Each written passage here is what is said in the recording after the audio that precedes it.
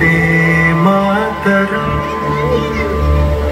वन्दे मातरम् सुजलां सुफलां मलयज शीतलां सस्यश्यामला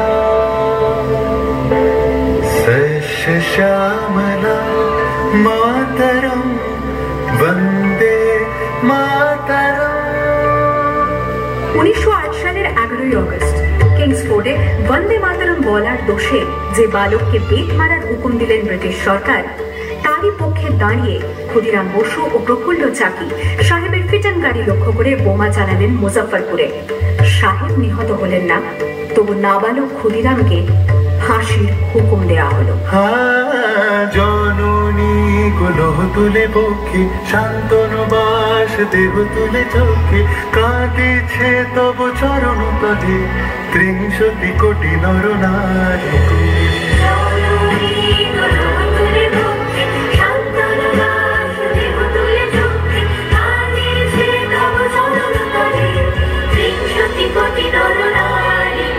মুক্তির মন্দির শোকানো তলে কত প্রাণ হলো বলিদান।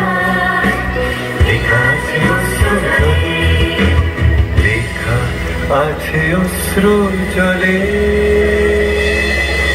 9 সেপ্টেম্বর 1915 ইংরেজদের সঙ্গে সম্মুখ সমরের স্বাধীনতা ছিনিয়ে নিতে অস্ত্র আনার পরিকল্পনা করেন যতীন্দ্রনাথ মুখোপাধ্যায়।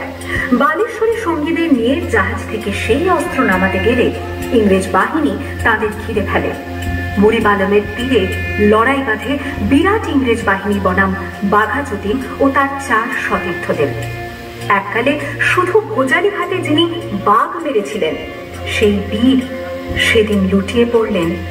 আমি হাসি হাসি পড়ব ফাঁসি, দেখবে ভারতবাসী। ও মা হাসি হাসি পড়ব ফাঁসি, দেখবে ভারতবাসী। একবার বিদায় দে মা, ঘুরে আসি।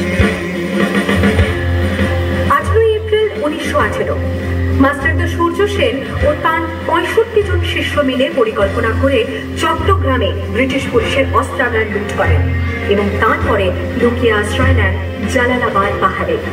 এর 4 দিন পর ব্রিটিশ বাহিনী খুঁজে বার করে মাস্টারদা ও তাঁর সঙ্গীদের। সেদিনের অস্তমিত সূর্য ছিল সূর্য সেনের রক্তের আহ্বান। শোনো আহ্বান, হাসি মাখা বন্ধুরি, দুস্তান বাধা প্রস্তান ফেলে বন্যার মতো বেরিয়ে। আহ্বান শোনো আহ্বান, হাসি মাখা বন্ধুরি, দুস্তান বাধা প্রস্তান ফেলে বন্যার মতো বেরিয়ে। যুগ সঞ্চিত শক্তি দিয়েছে সারা হিমগির সমলকে সূর্যের ইশারা। যাত্রা শুরু হচ্ছে ছোটে দুর্বার বেগে তটি,